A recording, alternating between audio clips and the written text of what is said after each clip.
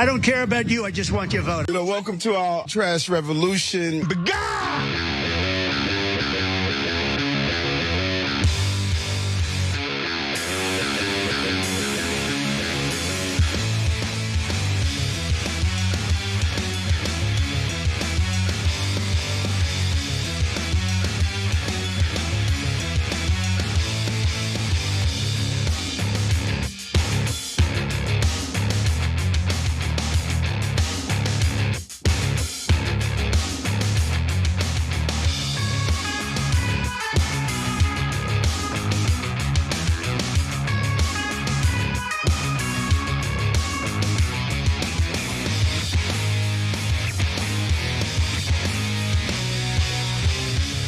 Welcome to the Young Turks. Cenk Uygur, Jordan Ewell with you guys. Jordan's on Rebel HQ, another TYT channel on YouTube and elsewhere. Good to see you, brother. Yeah, we got a lot of heavy stories. So we have apparently attacked potentially a country. We're potentially at war with Venezuela. You probably didn't hear about it. It just happened. We'll get to that in a second. And then we're potentially taking over Gaza and turning into the Rivera. But don't worry, the Palestinians will be able to return later. Okay, so more sick jokes from the Israeli government, and a lot more where that came from. So let's get started. Take a look at this. When you come out and when you leave the room, you'll see that we just, over the last few minutes, literally shot out a boat, a drug-carrying boat, a lot of drugs in that boat. And you'll be seeing that and you'll be reading about that. It just happened moments ago. And there's more where that came from. We have a lot of drugs pouring into our country, coming in for a long time. And we just, these came out of Venezuela and coming out very heavily from Venezuela. A lot of things are coming out of Venezuela, so we took it out. Donald Trump confirmed earlier today that the US had carried out a strike in the southern Caribbean against a vessel that departed from Venezuela and allegedly was carrying drugs. It is a massive escalation by the Trump administration against drug cartels. And now Venezuela is promising not to back down. So far, we have very little details, but here's what we do know. Secretary of State Marco Rubio said on X that the vessel was being operated by a designated narco-terrorist organization. The secretary described the operation as a lethal strike. Rubio later told reporters he believed the drugs that were allegedly carried on the boat were probably headed toward Trinidad and Tobago or some other country in the Caribbean. When you're doing things like that, details and specifics don't necessarily matter, do they? Details on the strike, including who operated the vessel and whether it was carried out in international waters, are still unclear. This escalation comes shortly after the Trump administration announced plans to boost its military presence in the waters off Venezuela to combat threats from Latin American drug cartels. 7 US warships, along with 1 nuclear-powered fast attack submarine, are either in the Southern Caribbean region already or are expected to be there soon. The US has not signaled any planned land incursion by the thousands of personnel being deployed. Still, President Nicolas Maduro's government has responded by deploying troops along Venezuela's coast and border with neighboring Colombia, as well as by urging Venezuelans to enlist in a civilian militia. Maduro on Monday told reporters he would constitutionally declare a republic in arms if his country was attacked by US forces to the Caribbean. And I just want to point out, Cenk, this also just broke minutes ago. Axios is reporting that the US killed 11 narco-terrorists in this strike. What do you make of this? Yeah, this is the Israelification of our foreign policy, and it is disastrous. So let's break it down. First of all, if it turns out that they're in waters that belong to Venezuela, that is an act of war against Venezuela. Now, you can say, we don't care, we're above the law. Well, that's exactly what I mean by the Israelification of American foreign policy. So what does Israel do? Anyone they don't like, they label a terrorist, that's step one. Step two is they murder them. Step three is they say we're above the law. We don't have to follow any international law at all. That's your territorial waters, I don't care. That's your citizens. I don't care. I get to murder anyone I like unilaterally. Okay, so that's a disaster for law and order. And yes, international law and order makes a difference because at some point, someone's going to retaliate. And I know in case of Israel, they want that because the minute anyone fights back, they go, that's it, we knew it, they're all terrorists. Now we bomb the hell out of them and take their land on top. Here, we have no aspirations to take Venezuelan land. It doesn't make any sense. That's not the direction we're going. And yeah, in the Middle East, Israel is so militarily dominant while pretending to be the victim that there's usually very little blowback because they've destroyed the militaries of almost all the nations in the Middle East. But in the rest of the world, militaries exist, and by the way, unexpected events exist. So I remember, I'm old enough to remember, and the show was old enough that it was on the air before the Iraq War, and everybody told us the Iraq War was going to be a cakewalk, we're going to win it easily. And we said, note of caution, sometimes it doesn't work that way. Same thing for our expedition in Afghanistan, whatever the hell that was. And did we win those easily? No, we did not. So just willy-nilly starting wars, technically or otherwise, against other countries, because we can, because we're big and strong, is not a great idea, especially when they hit back. And then at some point, someone's gonna hit back, and when they do, America is going to be told that they're terrorists and that we had nothing to do with starting it, and oh my God, I don't know why, but the Venezuelans hate us for our freedom, right? So what happened to the peace president? What happened to the Nobel Peace Prize? No, war as far as the eye can see. So one more factor that you might not know, which is that we apparently have a $50 million bounty on Maduro's head. Another Israelification thing. Oh, we don't like this foreign leader. I don't like Maduro either. I don't want to kill him for that. That's not within our purview and not something that would help America. But America's like, yeah, we don't like him. So here, anybody who murders him gets $50 million. What is this? This is like when Israel over the weekend, they're like, oh, the Houthis are the de facto leaders of Yemen. Who cares, murder them all. And they murdered their prime minister and their entire cabinet.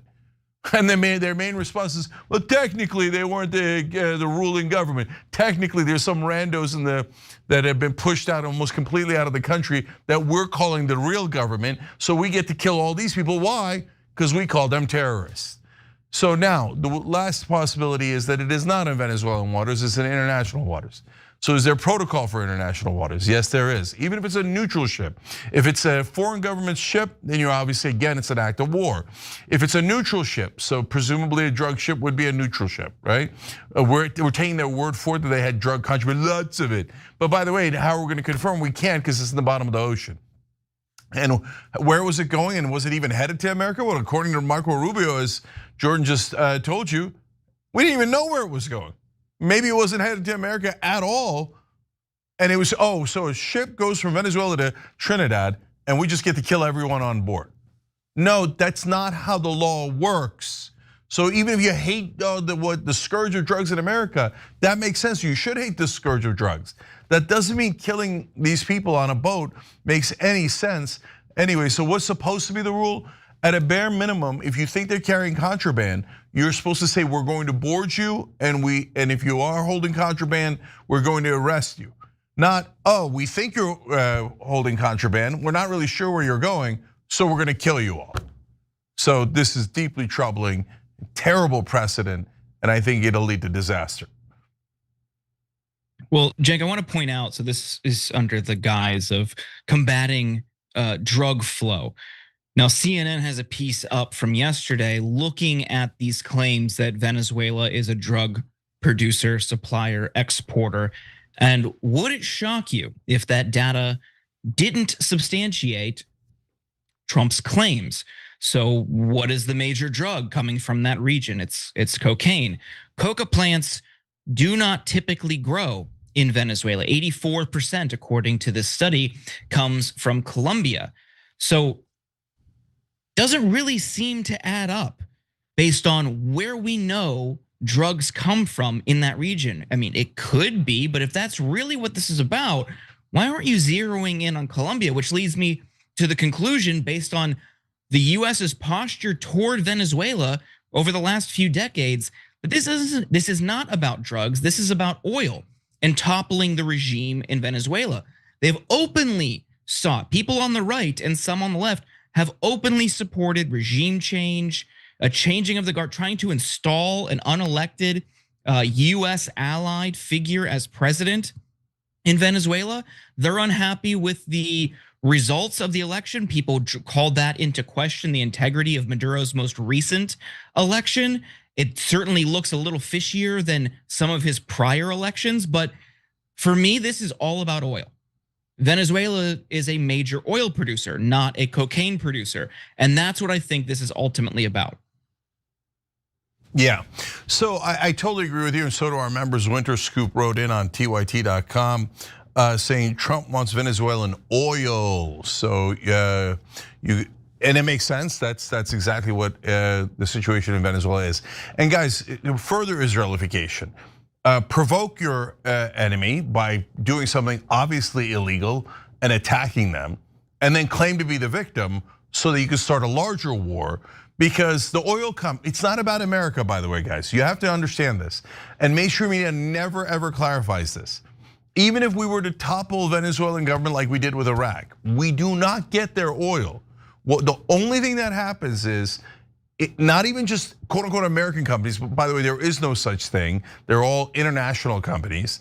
All the oil companies across the world will then use the new puppet government we install in Venezuela for them to buy the oil cheaper. So this is all in service of not just American, but international oil companies. We gain nothing from it as the American taxpayer, nothing at all. So the whole thing's a misdirection to begin with, to try to provoke Venezuela so we can topple them and basically steal their oil on behalf of oil companies. Oh, you're gonna be shocked to find out one of the top donors to Trump in the campaign was the oil companies. And drill baby drill, and they have $35 billion in subsidies, and Trump added another $18 billion in subsidies. And like he is helping Israel start wars because they're donors to his campaigns, at least Israeli supporters like the Adelson family. Now he's helping the oil companies start wars so that they could get richer. And this is from the so-called peace president. Stop the wars. What a colossal joke that was. Yep. Well, let's get into our next story. The Trump administration was dealt a massive blow in court today over the deployment of the National Guard in Los Angeles, but they could double down anyway. We'll have more on what comes next in a minute, but first, some details on this ruling. Earlier today, a federal judge ruled that the deployment of the National Guard in Los Angeles by Trump and Secretary of Defense Pete Hegseth was illegal. US District Judge Charles Breyer concluded that Trump's use of thousands of federalized California National Guard members and US Marines to provide protection to federal agents during an aggressive immigration crackdown in the Los Angeles area ran afoul of the Posse Comitatus Act, a 19th century law that generally prohibits the use for troops for domestic law enforcement purposes. But this line from Judge Breyer really stood out, at least for me.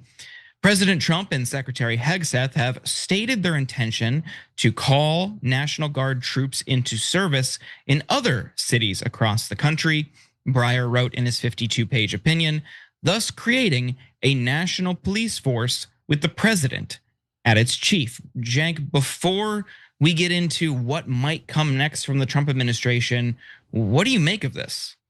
Yeah, so this is the courts upholding the law, and it is really good news.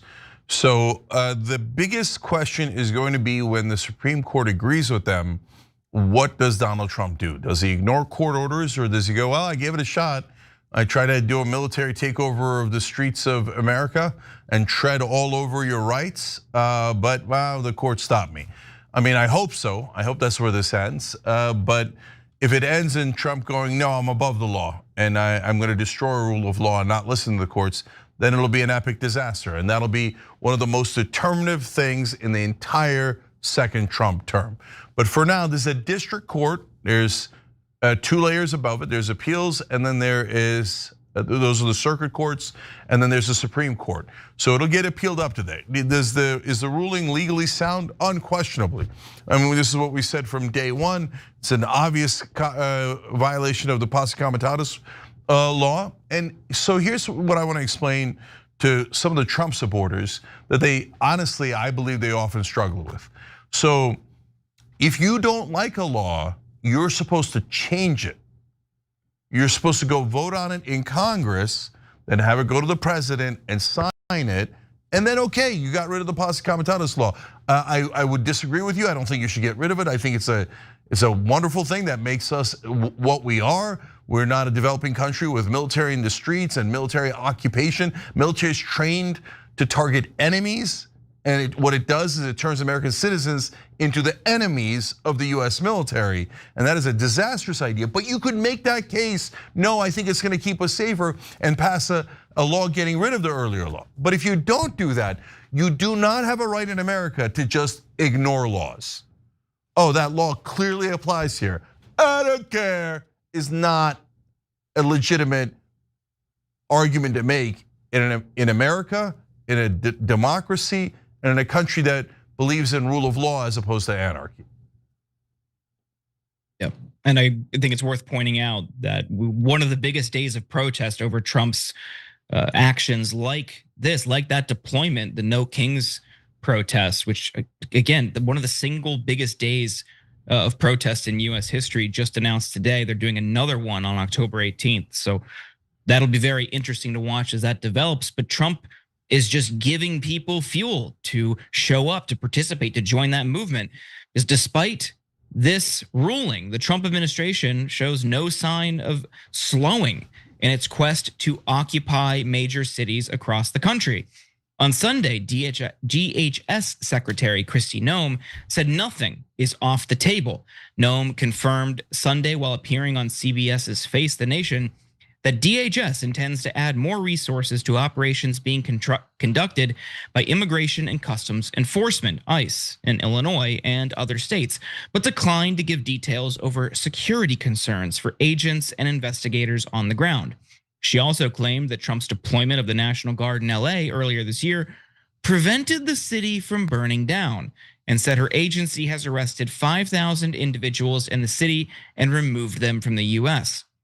And then there's the question of what cities would come next, and to which Noem responded, I would encourage every single city, San Francisco, Boston, Chicago, whatever they are, if they want to help make their city safer, more prosperous, they should call us. However, no details are available right now over any federal involvement or deployment of the National Guard or federal agents to major cities in red states. And Cenk, I'm curious what you make of that. Why are they only focusing on blue states? If they really cared about tackling this issue that they claim is a pervasive one, why only blue cities? Yeah, in fact, some of the most crime-ridden cities, as a matter of percentages, are in the red states. Some of the top cities that have crime problems are Oklahoma City, Dallas, and New Orleans. And by the way, Jackson, Mississippi as well. So, but the problem is, if you go into those states that are run by Republicans, then you're saying the Republicans did something wrong. And they don't want to say that. They want to say, oh my God, the Democrats running these states and cities are terrible, and they forced us to do a takeover because they're so incompetent, and the Republicans came to save you from crime. And that doesn't work as well if the Republicans are saving you from crime from other Republicans. So that's why this is political in nature and has nothing to do with your actual safety.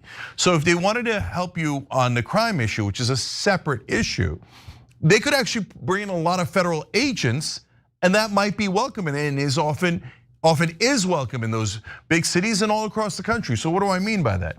The federal government has a lot of law enforcement at their disposal. The FBI, the DEA, and so many other agencies. And very often they do work with local police. In fact, you might remember the story we did in Nevada. The FBI and local police worked to bust up a ring of potential pedophiles who were trying to sexually abuse young girls in Las Vegas. That's the story where out of the 8 people captured, one of them was an Israeli government official, and he was allowed to escape back to Israel. But that's an instance of where the FBI and local law enforcement work together. And there's nothing wrong with that. That is not a violation of the law. The Posse Comitatus Act talks about how the military cannot police American citizens. So they can't, for example, cordon off a perimeter. They can't prevent people from coming into a certain place. They can't arrest people. So the law on that is super clear. And here, A, they're violating it very clearly and brazenly. And B, they're doing it in a way that is obviously political and not trying to actually solve the crime issue, which people are legitimately concerned about. What they're trying to do is create an environment where military rule becomes normal. So when that military is then ordered by the president as basically military police at large, now no longer policing the rest of the world, but policing the American population. So that is disaster number one. And disaster number two is that once that begins, it's all about politicizing this to try to smear Democrats rather than actually to protect you. So it has no upside and nothing but downside. So the policies are already terrible, but none of that really matters as much as the fact that it is illegal. So whether you agree or disagree with the policy, the courts are right here. This is brazenly illegal. And so we'll see if the Supreme Court says laws don't matter anymore. That would be disaster number one. Or if the Supreme Court says, yeah, obviously it's against the law, as they should. And then Trump goes, well, I don't care what the courts say. So those are your two disaster scenarios. We haven't hit them yet. If the courts hold like this, and then Trump is then forced to withdraw from the cities and to get back within the law, then that'll be America and its system of government working, which will be a stress test on America. But if we pass that test, that'll be great news. Right now, we're in the middle of that test.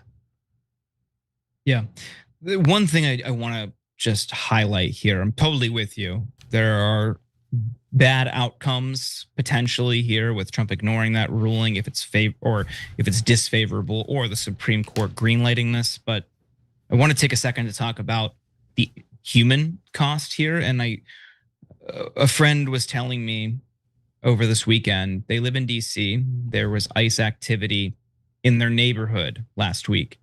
And there was an incident that he witnessed. A father and his young toddler-aged daughter were in their car. He was ripped out by agents, stopped and ripped out by agents and detained, taken away. And they left this child alone in the car. Didn't offer to find a safe place for her to go, just left her there. That is the barbarism inherent in what they are doing. Members of the community, dozens of people quickly flooded the streets, and I'm sure there were many good Samaritans there who helped this kid maybe find a relative or somewhere to go. But that story is not uncommon. And just seeing how much it shook up my friend from having to witness this, like these are happening, these stories, these scenarios they're happening all over the country, and they will continue to happen. And treating this as some, like, not saying you're doing this, but the power centers in this country are treating this as some like legal exercise, or going through the courts as some formality. And I understand it is important, an important tool of keeping the president in check. I don't have a lot of faith in our institutions to do that, but I feel like we often lose sight of what these policies and what these operations really look like. That kid is going to be traumatized for the rest of her life because of this. Yeah, and I have one last thing to say. Look, guys, there's a lot of laws that I don't like. So money in politics is a disaster. It's totally ruined our democracy. The Supreme Court decisions on it, Citizens United, Bellotti and Buckley, are ridiculous. They're preposterous. They're talking about how corporations are human beings and have rights to speech, and speech is money, so they can give infinite money to our politicians. It's just legalized bribery. I despise it. If one of our allies was president, I wouldn't counsel them, just ignore it, dude, we don't like the law. That's not how it works. So that's why we try really hard through Wolfpack to get an amendment so that we can change that legally, the right way in a democracy. So, and it is super difficult to do, but that's what you do if you have an unjust law. You don't just break it. And especially when the people in power break the law, that sends a disastrous message that we're no longer in a democracy. This is exactly what people were worried about under Donald Trump. All right, guys, we got to take a quick break here. If you thought that story from Jordan about what ICE has done was disastrous, wait till you see the next one. What are they doing now? I mean, it is preposterous. We'll tell you that when we come back.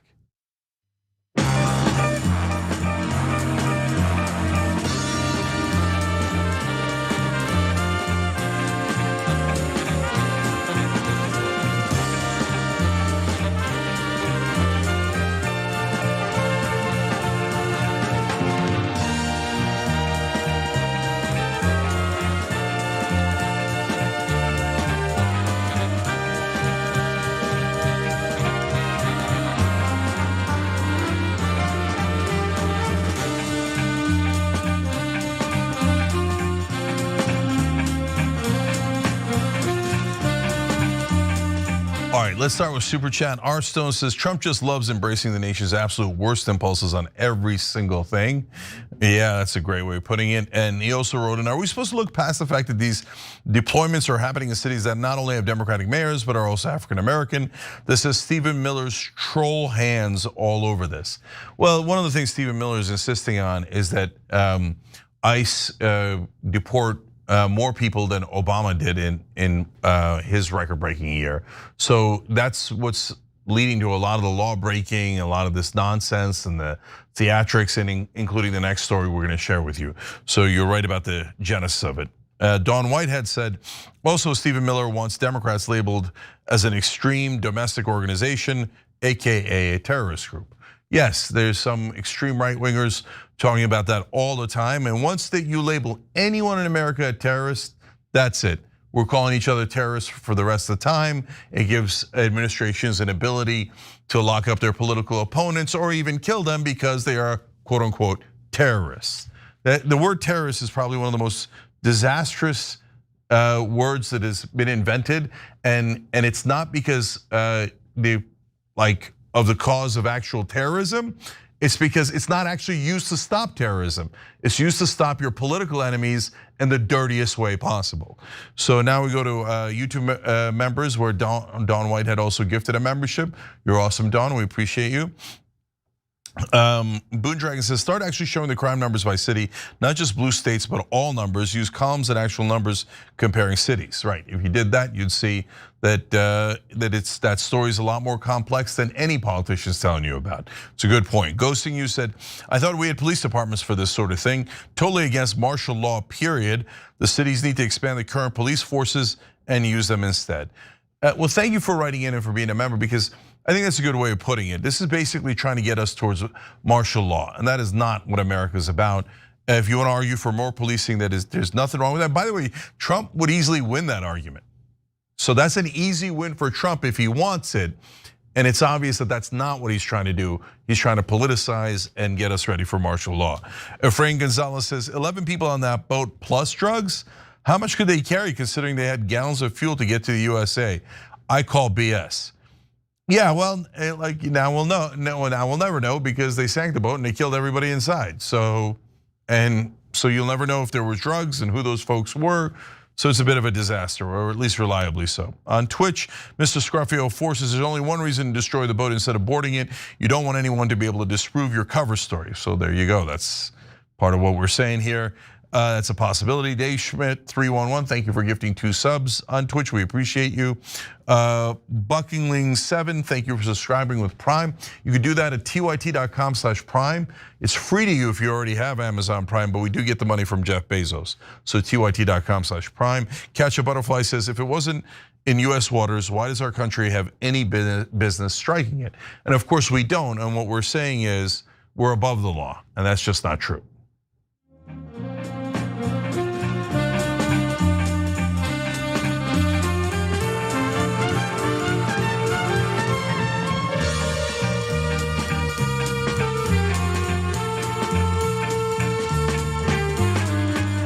All right, back on TYT. Cenk and Jordan with you guys. Jordan, you got more news. Take a look at this. Nice. Got hit, guys. That's all right. Tribal member. Yeah, we got pulled over by ICE. Crazy, dude. We got members from the tribe of Umatilla, Cayuse, and Walla Walla.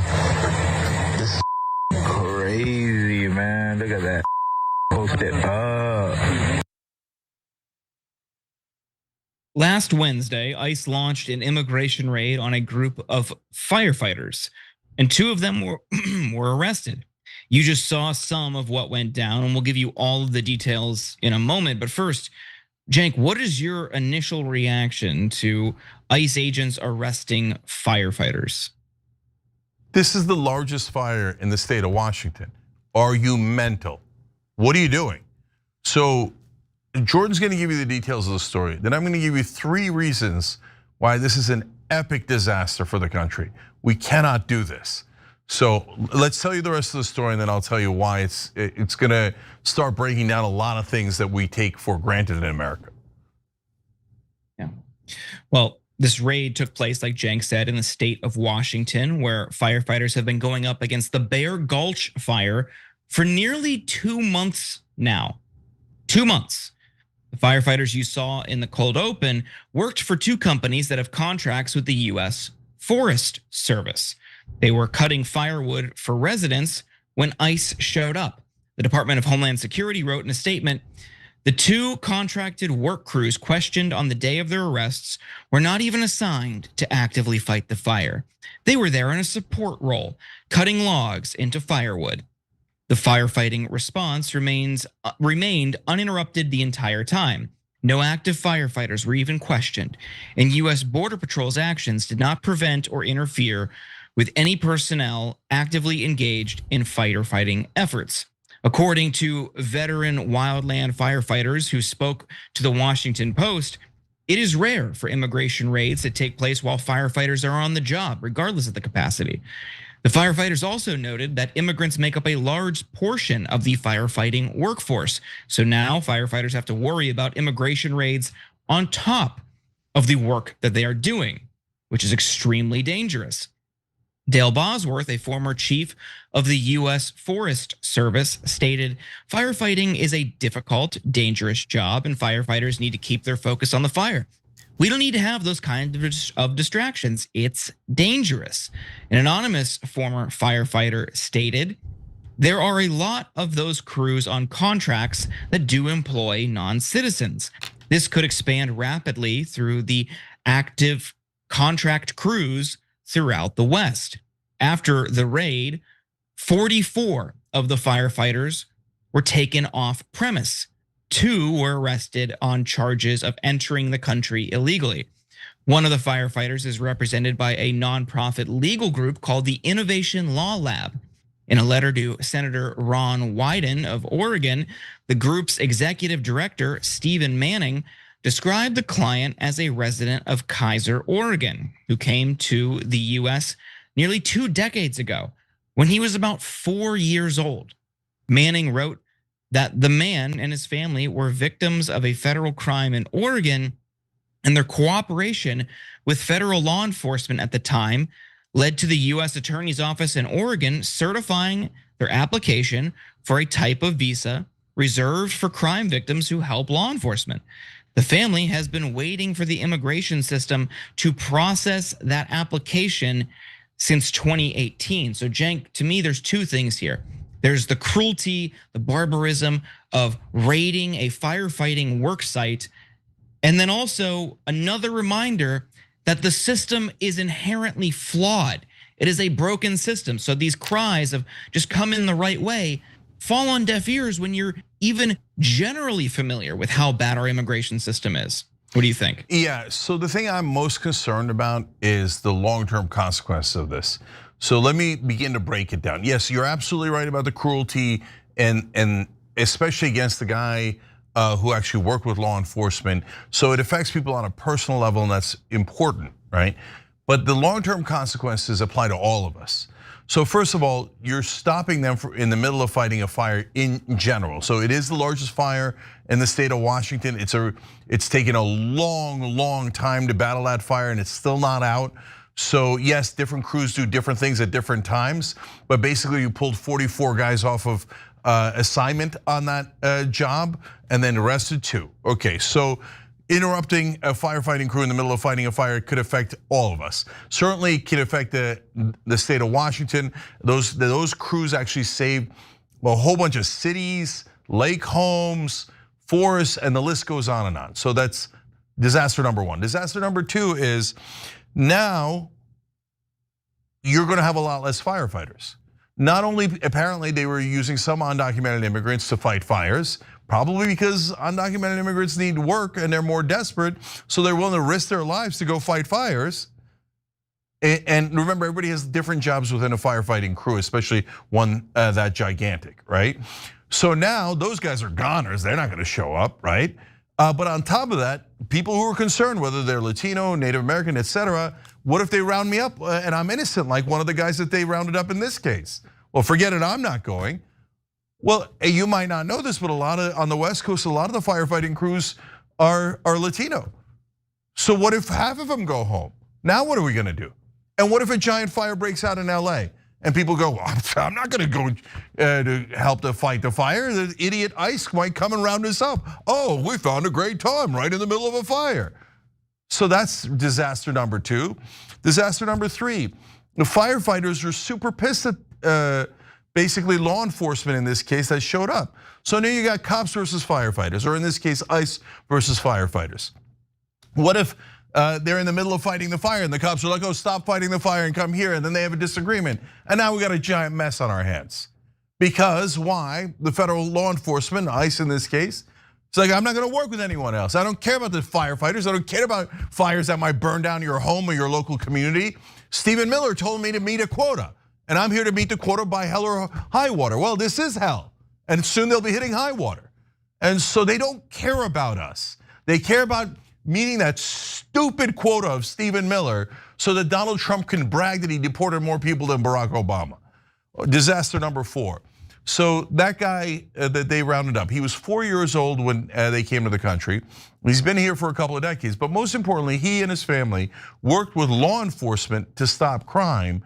So he got a exemption to become a US citizen because he was so helpful, funny enough, to law enforcement.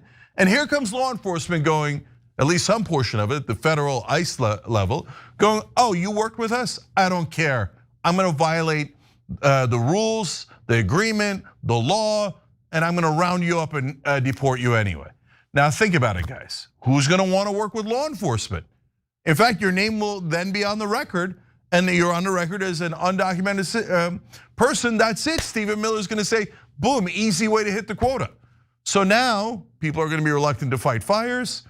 We got interdepartmental battles for no reason, especially in the middle of natural disasters. And people are gonna be afraid to work with law enforcement at all. So how does this help the average American? And by the way, when you ask the average American, what do you think? They say, close the border. They say, deport criminals who are here that are undocumented. Okay, so Trump did that, they gave him credit for it. Then they asked them, do you want ICE rounding up people in the middle of the country, like they're doing now, that are just undocumented but have not committed crimes? And American people resoundingly say, no, we don't want that, but it doesn't matter because Stephen Miller has to hit a quota and Donald Trump has to brag about how he deported more people than Obama. So they're gonna do all of this massive long-term damage, let alone the personal short-term damage for, at best, politics. And it's dumb politics, it doesn't even help them. Yeah, I think that it's important to point out that this is increasingly growing more and more popular, or more and more unpopular, sorry. The more people hear stories like this, see federal agents in their cities, in their neighborhoods, hear these horror stories, and more importantly, the noise that you all watching this make, the outreach you do in your communities. If federal agents are not in your city, you don't have that immediate proximity, that threat. sharing, telling your friends, your coworkers, your family about what's happening elsewhere, if they're just not paying attention to the news because they don't like Trump or that's not who they are, it is increasingly growing more and more unpopular. There is an avenue. It's not the only way to stop this, but that is potentially one way to inhibit these long-term plans. They're saying they have these massive quotas. They're seeking approval from the Supreme Court. But if their base starts to turn on them, they won't pursue it to such a great extent, if at all. So there is a lot of power in your hands in helping to prevent this, because you see these types of circumstances, like the story we talked about in the last block, or now these firefighters, the way it affects human beings who are just trying to go about their day, who are just trying to live their lives. Like Cenk is saying, it's not just the people they detain, they're gonna scare many people off from even showing up to work. And in a situation like this, where they have been fighting this wildfire for 2 months, there are ripple effects. And I want to point one other thing out. ICE has been in Los Angeles now for a few months. A couple months ago, they came to my neighborhood and just a few streets away, harassed somebody who was out in his front yard, a citizen. My friend and I went over there, we were talking to, and we asked, why do you think they stopped to talk to you? And he said, because I'm Latino and I have tattoos. That's it. Thankfully, he had proof of citizenship in his house. But if you're fighting a wildfire or you're on a job site chopping wood, you're not gonna be carrying that on you. If you're fighting a wildfire, you would risk destroying it. Why would you do that? But if that's the only thing that can prevent them from taking you as they're racially profiling you, why would anybody show up to work? And again, there are ripple effects here that we need to consider. But this administration is too barbaric and too reckless that that's not a factor in their consideration. Yeah, my last 2 points is, I mean, think about how ridiculous this is. That if you're a Latino with tattoos, now that is the #1 thing it seems like ICE is looking for. American citizens are allowed to get tattoos and they're allowed to be Latinos. What is this? What kind of grotesque state is this?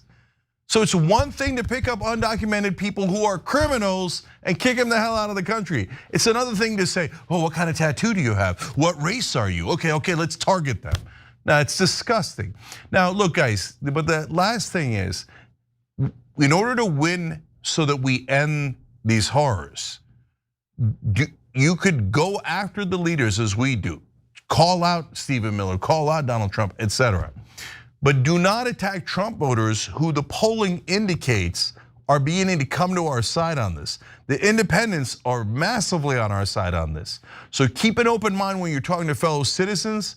Don't yell at them, persuade them. Talk about the things we talked about here, which is, why would you want to stop firefighters in the middle of fighting a fire? Who's gonna sign up for this? Who's gonna work with law enforcement now? And get them to understand this doesn't help our community, it hurts our community.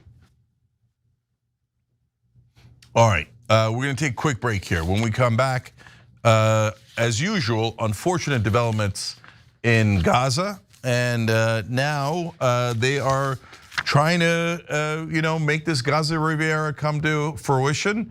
And what their plan for the Palestinians is, as usual, outrageous, ridiculous, and unacceptable.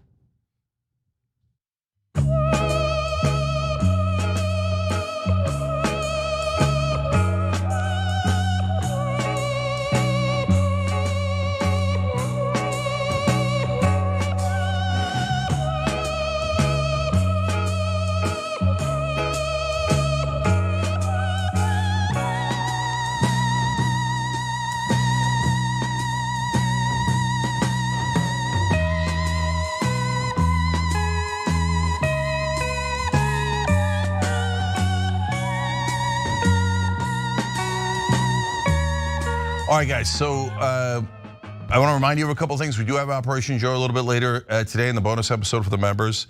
Number 2, Anna's on CNN tonight. That's why she's not on the show. She'll be on at 10 o'clock Eastern with some very interesting guests. So make sure you're checking that out. Number 3, ring the bell if you can. It's right underneath the video. Doesn't cost you anything, helps you keep up with the show. Number 4, or whatever number we're on. We have a free Palestine collection that I began to show you guys at the end of last week and throughout the weekend, where we're trying to show that the American citizens support the innocent Palestinians who are being brutalized in Gaza. 100% of the profits goes to the Palestine Children's Relief Fund. Then there's the ceasefire collection as well. And so check that out at shoptyt.com. All right, now let's go to our members on tyt.com. Cabby says IDF commits another war crime. How many is that? Killing the prime minister of Yemen. Like the rest of the press treated it like it was no big deal. Like obviously they get to murder the leaders of Yemen. That's so obvious. I've got other cable news anchors texting me, how dare you, the Houthis are terrorists. Beloved Israel can do anything they want. They can murder anyone. Okay, what an absurd, out of control, pariah terrorist state. No, you don't just get to murder anyone you like in other countries. So later, by the way, when the Houthis go after Israel even more, they'll say, oh, terrorists, we're the victims. We only murdered their entire cabinet and their prime minister. No, you're not the victims. Israel, as usual, is the grotesque aggressor. Oh, they fired a bunch of rockets. Well, under that standard, Israel has pulverized 7 neighboring countries. They all get to kill the Israeli prime minister and the entire Israeli cabinet. And they would be justified in doing that. That's not my standard, I'm against that standard. But that's the Israeli standard. You attacked me at any time, in any way, that's it, I get to murder your entire government. Do you like that? No, it can't be applied to Israel. Why? Because Israel's above the law. They get to break every law, but you have to abide by all the laws, and you're all terrorists. Anyway, Eclectic writes in, Jenk's making a bold-fashioned statement by wearing white after Labor Day. I try. No, I don't. Virginia and South Carolina says, Jordan, yay. Jack Callahan says, I bet there's no evidence there were drugs on that boat. Well, Jack, it doesn't matter because they're all dead and the evidence is in the bottom of the ocean, so they can claim anything they like. So I'm gonna assume you're right going forward because they're huge liars. Rubio's an enormous liar. Eclectic writes in, this is exactly why the Constitution says that only Congress can declare war. One insane president shouldn't just be able to bomb random countries and put our entire nation at risk. Yep. Pessimistic Progressive says, what do you mean, Cenk? We were just defending ourselves against the drug cartels. Yeah, and that's going to be next. That's always what they claim. And by the way, I mean, it's not a joke. That is what they'll say. Jenks Left Tricep of Fury says they're about to vote on the Epstein files. Need another distraction. Attack Venezuela. Yep. Susie Greenberg says, just bought a new 75-inch TV over the weekend and casting TYT for the first time. And yes, my boy's looking good. Thank you, Susie. We appreciate it.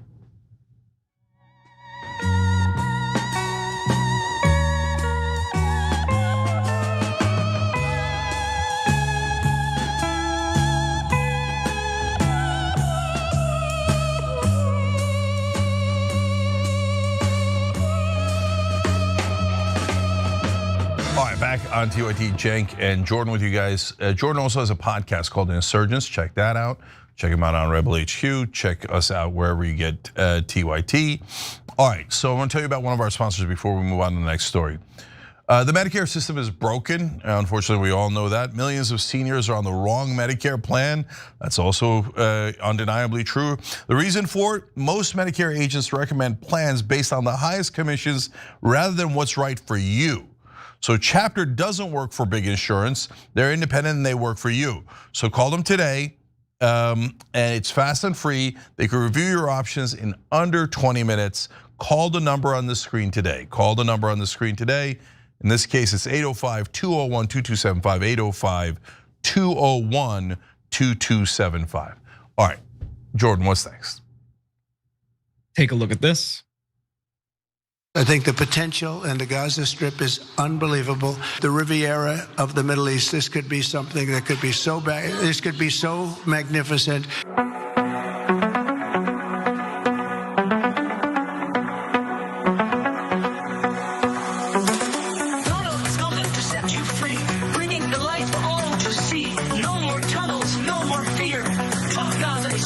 Here.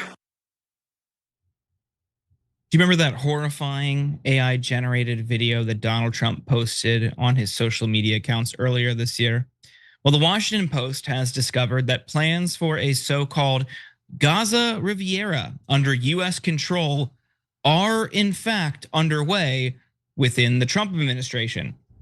Lots of alarming details to get here, but first, Cenk, initial thoughts that they are planning something like this. So look, the most important part of this is this comical idea that don't worry, we're gonna remove all the Palestinians from Gaza, but later we're going to bring them back, maybe 10 years later.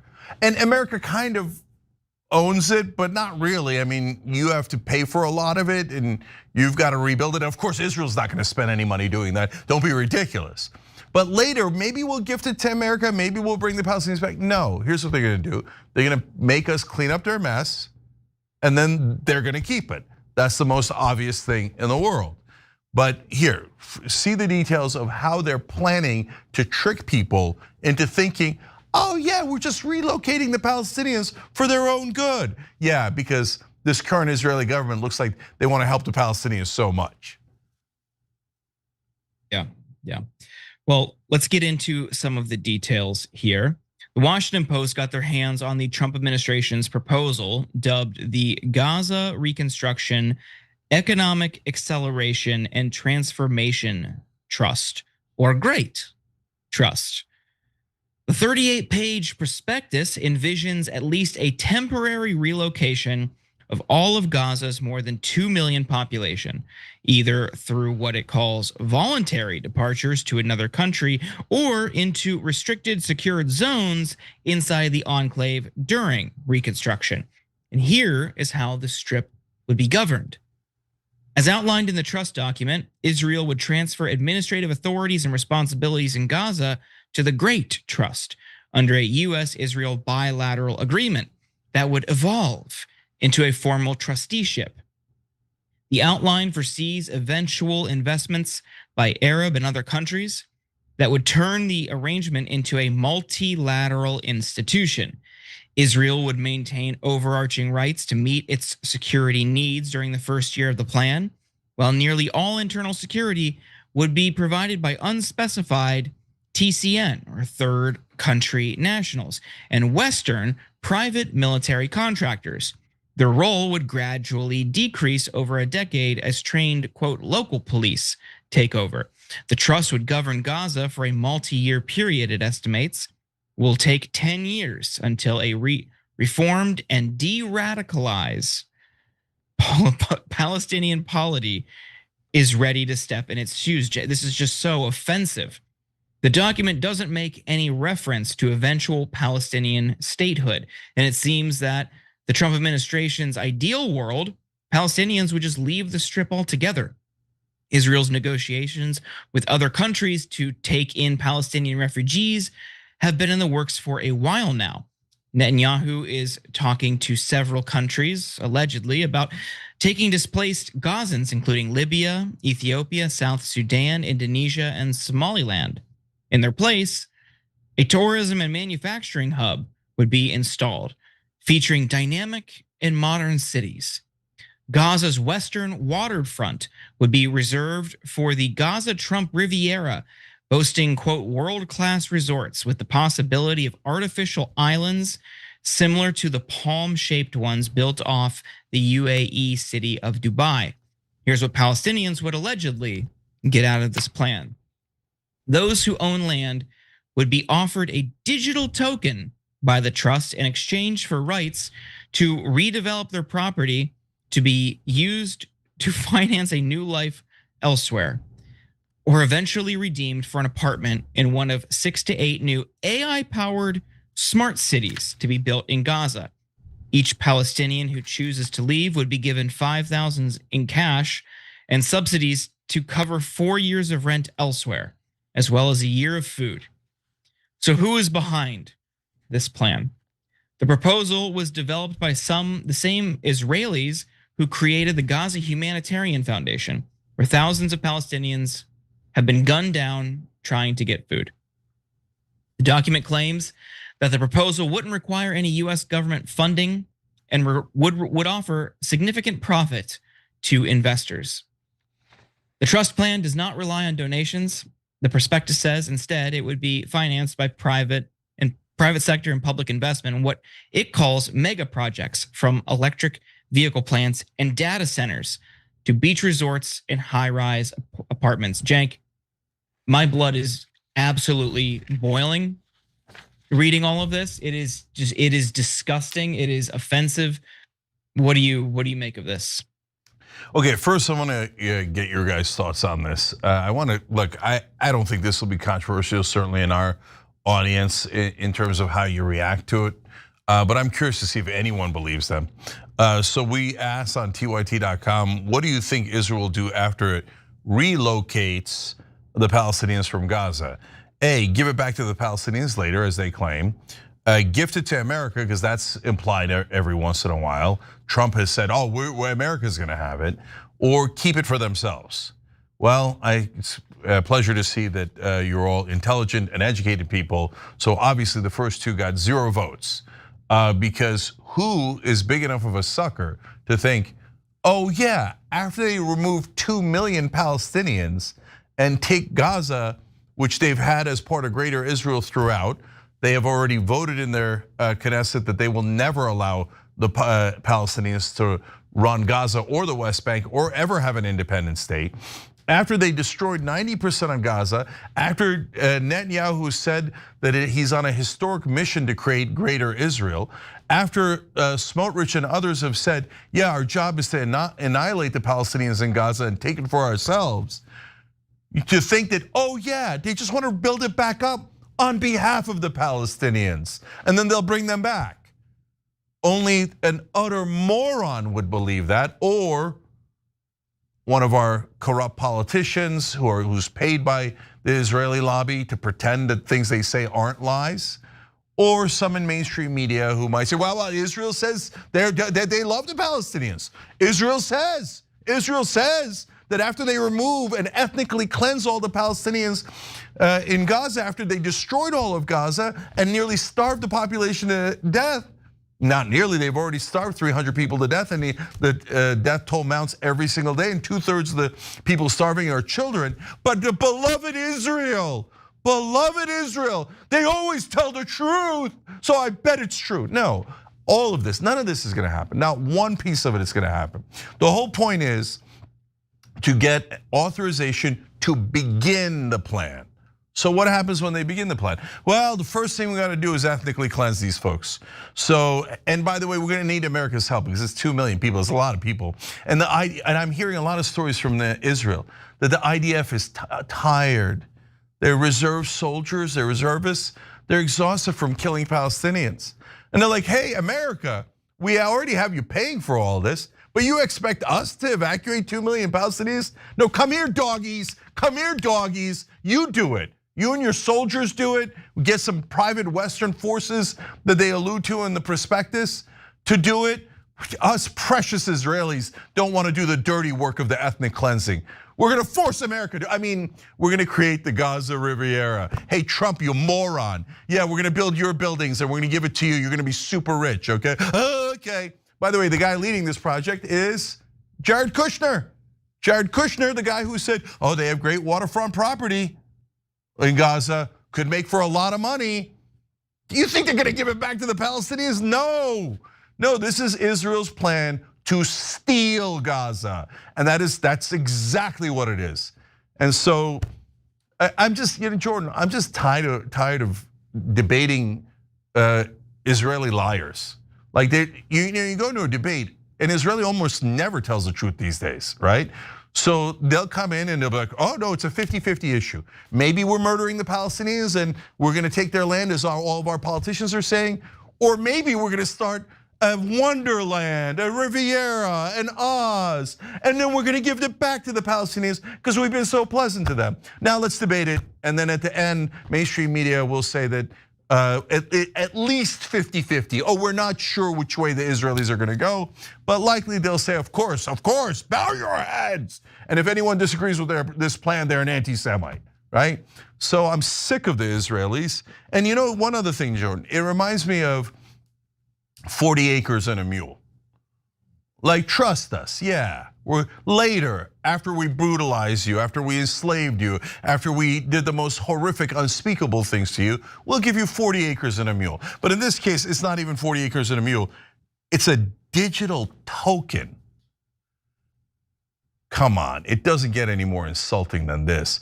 These are the sick, genocidal Israeli government basically insulting the intelligence of the entire world's population. The only people stupid enough or disgustingly corrupt enough to give this any kind of credibility is the people in power in Western countries, both the politicians and the media. Everyone else was saying the same thing to Israel we've been saying for the last 2 years.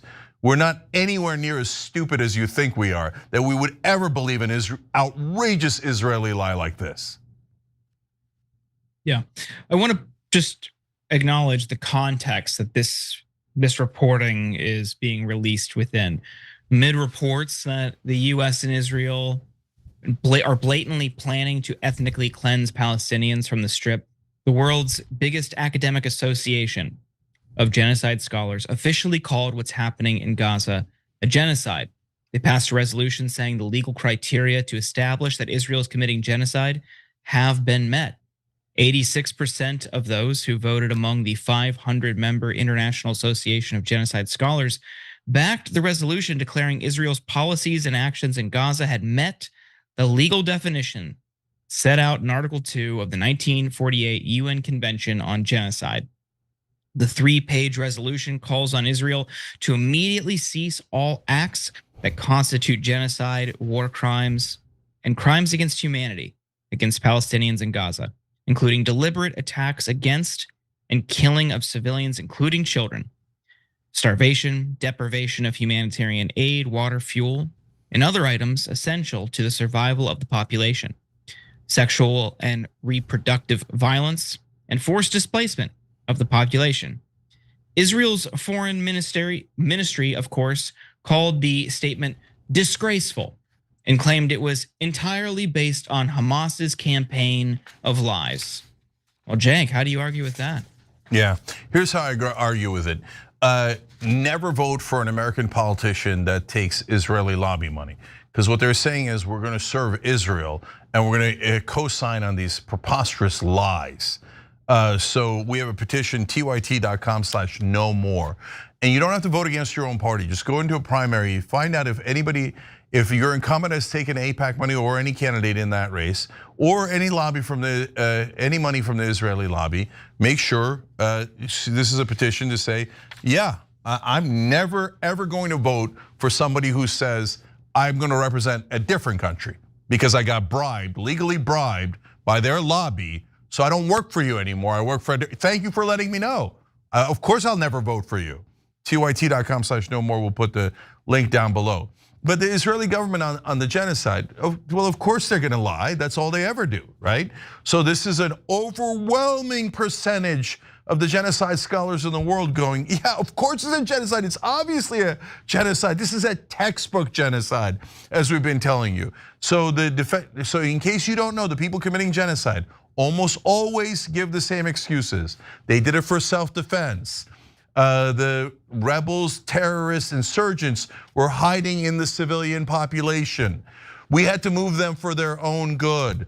So like for the genocide scholars, looking at those excuses is the most normal thing in the world. That's what every government doing a genocide says. So all it is propaganda, obvious genocide propaganda, okay? So when you look at the reality of it, again, 90% of the buildings in Gaza are destroyed. We have collective punishment where already over 300 people have starved to death.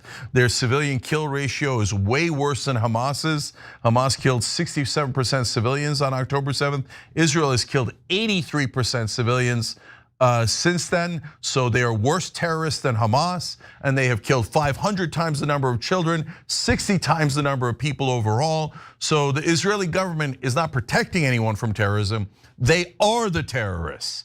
So obviously they're in the middle of a genocide, and all the scholars, not all the scholars, only 86% of genocide scholars agreed. And I guarantee you that other 14% were Israeli supporters on day one and are Israeli supporters now. And they go, no, genocide is for everyone else, but we get to commit any genocide we like and we don't get the label. No, no, no, no. We're not allowed to have labels. No one's allowed to criticize us. No, you're not beloved Israel. You don't have a moral army. You have a disgusting, immoral army that is in the middle of committing a genocide now. And we have disgusting pig politicians in America who go, I'm gonna steal money out of your paycheck and I'm gonna send it over there to help Israel commit a genocide we're in the middle of now. That all scholars, again, almost all scholars have said is obviously ethnic cleansing. And if you noticed, yes, Israel is using sexual violence against the Palestinians. Everything they said Hamas is doing, well, a lot of which Hamas actually did do, they've now said, oh yeah, hold our beer. Now they're doing it in spades. They're doing it worse than Hamas, much worse than Hamas. But if you say that in American media, unless you're on the Young Turks, oh my God, how could you? Just because they're obviously doing genocide and ethnic cleansing, it doesn't matter. They're beloved Israel. Send them your money right now, otherwise you're an anti-Semite. No, no. The people who say send money to murder Palestinians are disgusting racists. And they're bigoted against Muslims and, by the way, Christians who are also being killed in the occupied territories by Israel. And also, and Israel says, oh, I get to murder anyone I like. They just murdered the entire Houthi cabinet and the prime minister. Those are the de facto rulers of Yemen. They killed them all. And they said, well, they killed one Israeli. One of their rockets got through, one. Well, Israel has killed 9 Americans since just in the last 3 years. Should we use Israeli logic on Israel? No, no, no, no, no, no, no, no. Israeli logic is we get to murder everyone. You don't ever get to touch any Israeli. In fact, shut up, you anti-Semite. Send me another $300 billion. Be my dog, but don't you say you're my dog. Just be my dog without saying it. No, we're tired of Israel's lies and excuses and genocide. It is one of the most despicable governments on earth today. So if you don't like that, change the Israeli government. Go and do whatever you need to do. If you love Israel, you hate Israel, you're in the middle on Israel, do whatever you're gonna do, not violently, ever, ever, ever. Rhetorically, politically, through your blood, sweat, and tears, get out there and fight against this genocide to try to help the innocent Palestinian people from being brutalized by the evil, terrorist, current government of Israel. Damn it, we're out of time, so we can't even tell you about how Israel's planning to let a terrorist go because he murdered Palestinians. So they're like, yeah, of course, let him go. In fact, here, I'll just tell you real quick. Amram Popper, in 1990, slaughtered 7 Palestinians. And he got convicted, 7 life sentences. So that's back when Israel had any kind of law at all. Now what are they doing? They're like, oh, let's just let him go as a sign that you should murder Palestinians. Terrorism is awesome if Israel's doing it. Well, at least that would be honest, because Israel does mass terrorism, more terrorism than almost any nation on earth, and their government actually does it, and then their citizens vote for it. So them releasing a terrorist is actually very, very normal. Their entire government is filled with terrorists. Okay, so that's my views on the current government of Israel, and they are a disaster. And we need to stop, like we're literally now stealing money from American citizens to send it over to murder Palestinians. I can't stand it. And if you can't stomach that, there's something wrong with you. All right, we gotta go. Jordan, thank you, brother, appreciate it. Of course. All right, when we come back, Charlamagne holds Democrats accountable, and then voters are beginning to hold Donald Trump accountable on inflation and the economy. That's actually a positive story. We'll get to that when we return.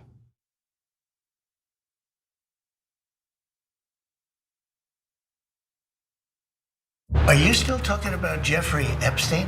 Rich and powerful men abusing, assaulting, and abandoning young women. These rich and powerful men donate to the politicians in Washington, D.C., play golf with the elites in Washington, D.C. They are foreign leaders who we don't want to offend. They interact with our intelligence agencies that we don't want to disobey. There is something rotten in Washington. And are people still talking about this guy, this creep? All those congressmen you just saw there are on the record as protecting the child rapists who were clients of Epstein. They have not prosecuted a single person outside of Epstein and Maxwell. Yep. Not one. Is Trump engaging in this cover-up because he's in the Epstein files? I don't understand why the Jeffrey Epstein case would be of interest to anybody.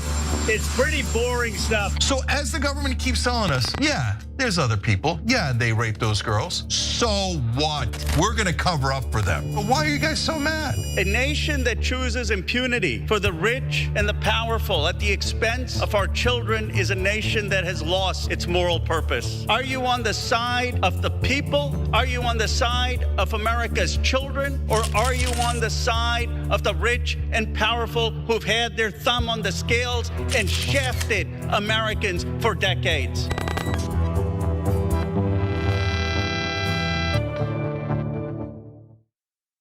The rest of the news media says you should not fight for positive change. If you do, you're not really a reporter or a journalist, because reporters and journalists don't care what happens. I don't agree. That's not written anywhere. That's not a law. It's just a rule that they invented so that reporters didn't actually challenge the people that are in power. Well, we don't agree with that. We think we should challenge the people in power, that actually makes you a better journalist, not a worse one. In a media landscape poisoned by corporate influence, only one show stands apart from the rest, The Young Turks. As the longest running daily news show on the internet, The Young Turks is an impactful voice of unfiltered truth, one you can trust to deliver the daily news with authenticity and honesty. For nearly 2 decades, TYT has been breaking the mold of media. We're not here to echo the powerful or the elite, we're here to challenge them. Our mission is to give you accurate news, fight the establishment, and cover stories that mainstream media keeps you in the dark about, which matter to your everyday life. We've remained a leader in online news because of our established credibility with an engaged audience looking for alternative media that represents the real concerns of everyday Americans. Listen to The Young Turks, a news show that only answers to you on Spotify, Apple Podcasts, or wherever you get your podcasts.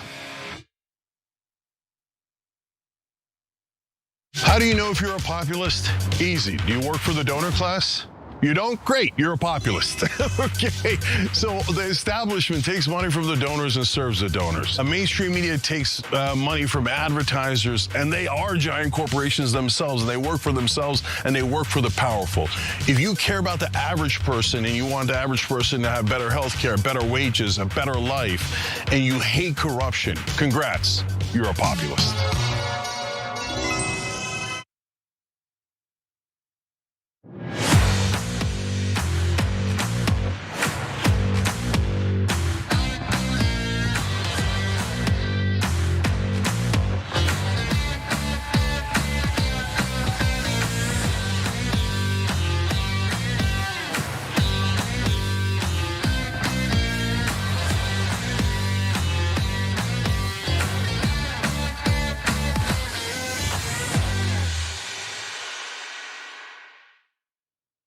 You are a snake. You knew damn well I was a snake before you took me in.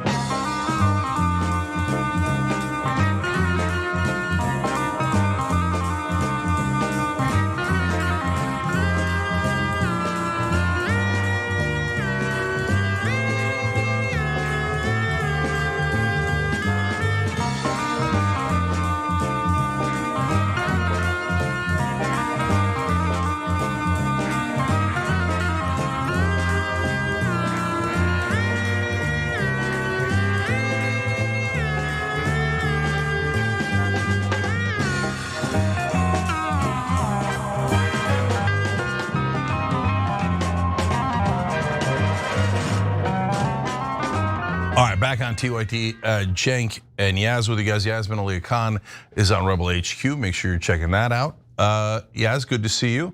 What do you got for us today? We have a lot to get to today, and of course we have Operation Joy later. So let's get right into this first story. All of y'all did that for the last 4 years. Man, Charlamagne, I ain't lie about a damn thing. Well, you ain't tell the truth. Well, what? You just kept quiet. Okay. Don't let him talk to you like that, Jay. No, come on, man. All right, last week, Charlamagne hosted ex-DNC chair Jamie Harrison on the Breakfast Club. And as you can see, Charlamagne did not pull any punches. So we have some amazing clips from that interview for you, including debates about AIPAC and Biden's fitness for office. But first, Cenk, we're starting to see some establishment Dems taking their marching orders and going on all the podcasts and the YouTube shows, trying to connect with the people out there. And they're kind of getting burned for it. These shows aren't as establishment friendly as they were perhaps hoping they would be. So what do you think about this interview? Loved it. I wait till you see all of it. So Charlamagne, as you guys probably know, I think he's awesome. I think he's a really honest host that is rare in American media, and he's a guy who is on the left, and obviously is not in Trump's camp and would normally be in favor of Democrats. But if you're in favor of Democrats, you have to hold Democrats accountable. Having a weak, flaccid party that never does the right thing doesn't help you. That enabling that kind of party that basically keeps losing and losing doesn't help the party, it hurts the party. It hurts that side of the political spectrum. It hurts people trying to get to the right answers.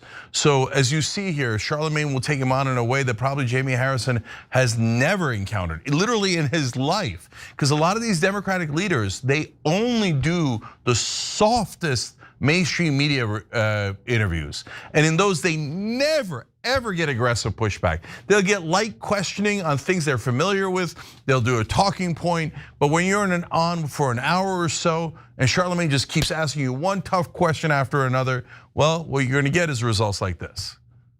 Yeah, so for context, Harrison served as DNC chair from 2021 through early 2025, so basically during the entire Biden presidency. So his conversation with Charlamagne the God got heated less than 5 minutes into the interview. And that is because Harrison stated that the DNC does not choose which politicians will become the Democratic nominee, and Charlamagne vehemently disagreed and pushed back. Take a look. So there was always rumor that the DNC were the ones that, quote unquote, picked who they wanted to be. Man, that's a bunch of baloney. Stop it, Jamie. That's not baloney. Oh, man. But that's what they say. They say they pick somebody who they feel will be the president. You can tell the truth. Well, I am telling the truth. Tell me the power I have to pick. If I'm the DNC chair, what power do I have to pick? Like people say, well, you could have told Joe Biden to not run. Like seriously? Yeah. You could have said that. I think ultimately what the president saw was that this fight is actually tearing the party apart. And I don't want that to be on me. Stop it, Jamie. No, I'm not. I'm telling you the truth. You're not beholden to them no more. No, it's not about being beholden to them. I'm telling you the truth. That man was too old. Everybody knew he was too old. But Charlamagne, he should have been a transitional president from the beginning. Charlamagne, I get all of that. I get all of that. But you know what? Somebody should have stepped up. If people thought that Joe Biden was too old, then some real people should have stepped up and said, you know what, I'm going to run. But then they get their ass handed to him. When the Dean Phillips does that, y'all kick him out. All right, so the debate about Joe Biden continued when Charlamagne confronted Harrison with an anecdote from Original Sin. So here's that clip. Jake Tapper book, I read the book.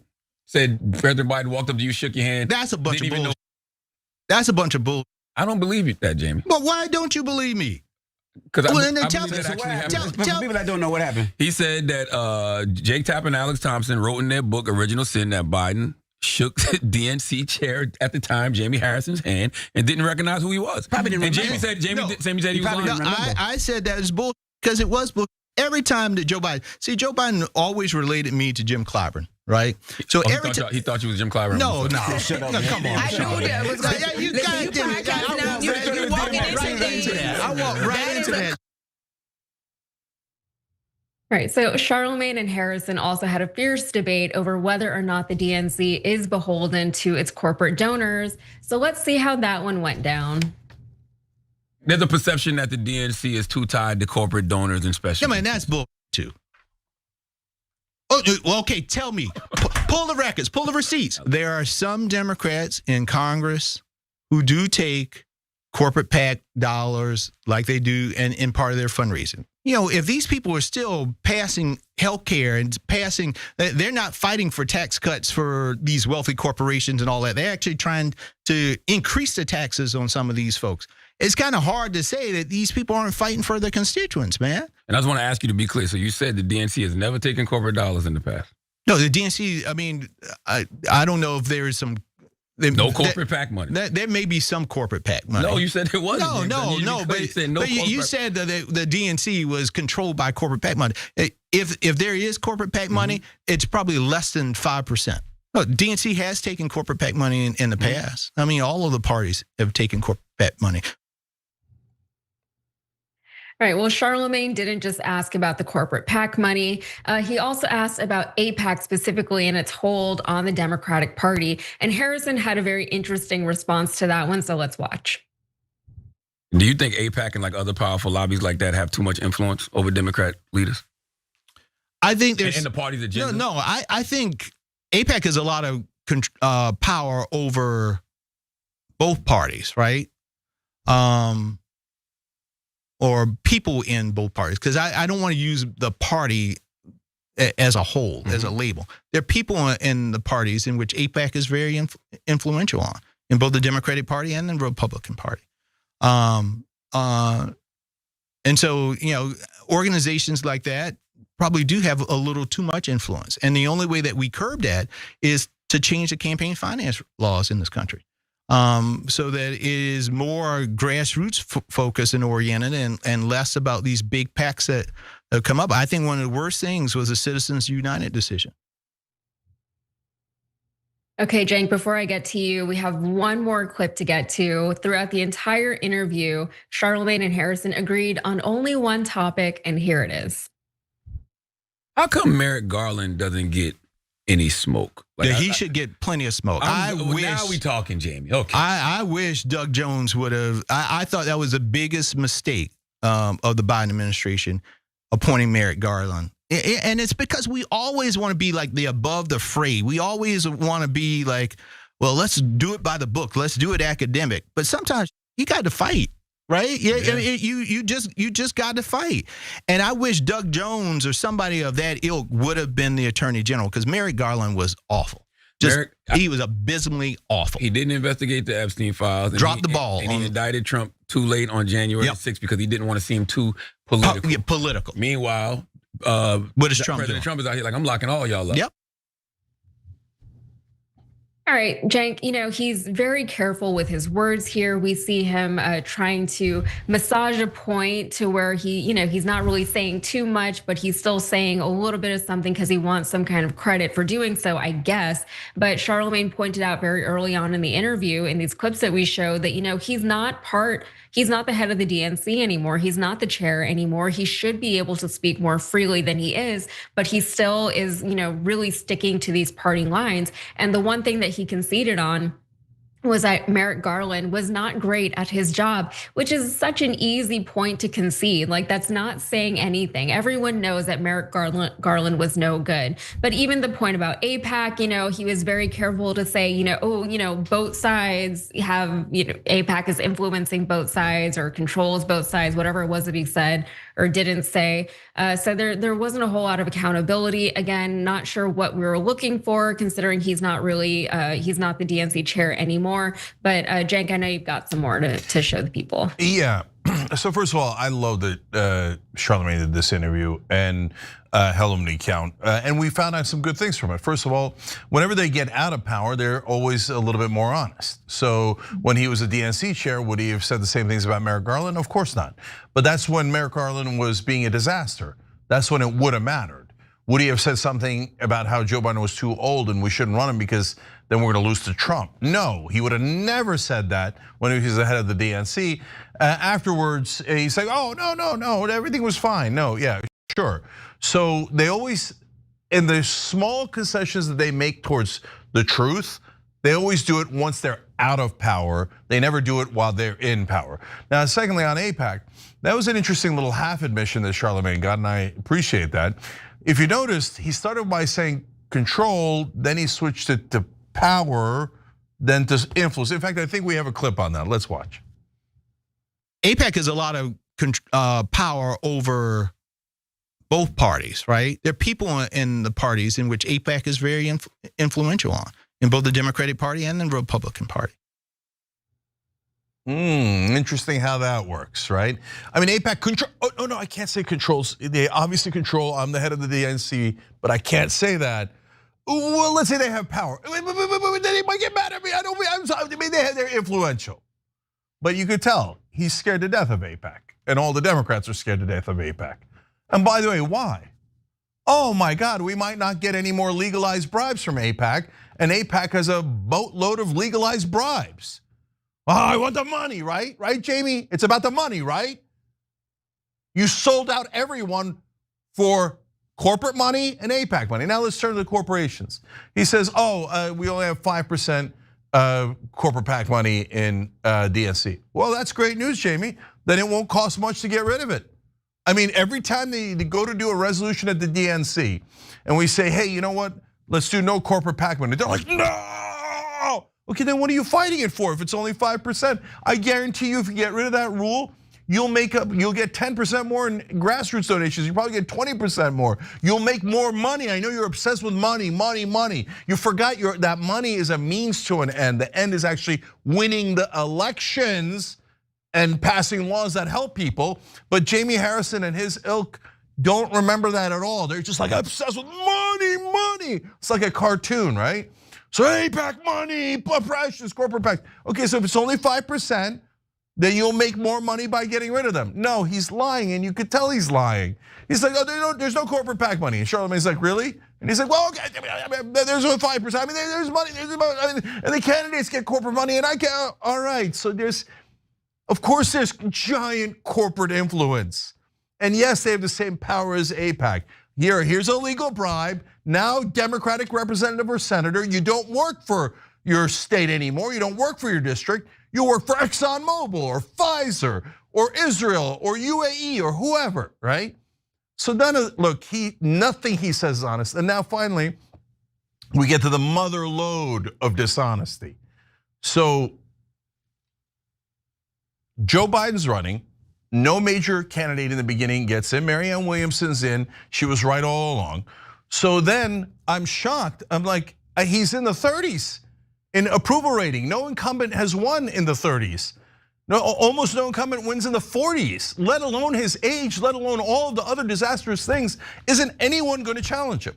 So what does the DNC do in the meanwhile? By the way, there was also RFK Jr. in the beginning, right? They're like, Marianne Williamson is illegitimate. RFK Jr. is illegitimate. They have no credibility. They're terrible. They better get out of the race. They're helping Trump. They're traitors, right?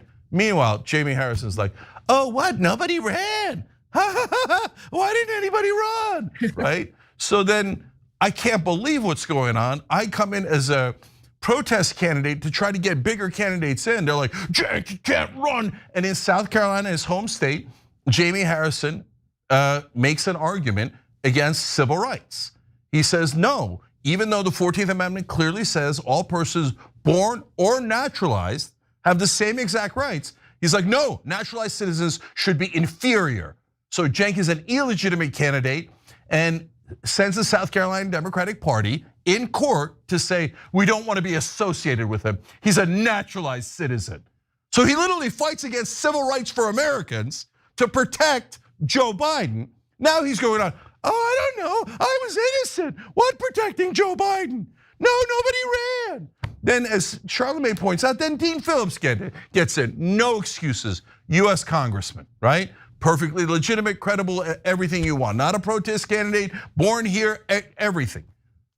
What did Jamie Harrison do? He smeared the living crap out of Dean Phillips.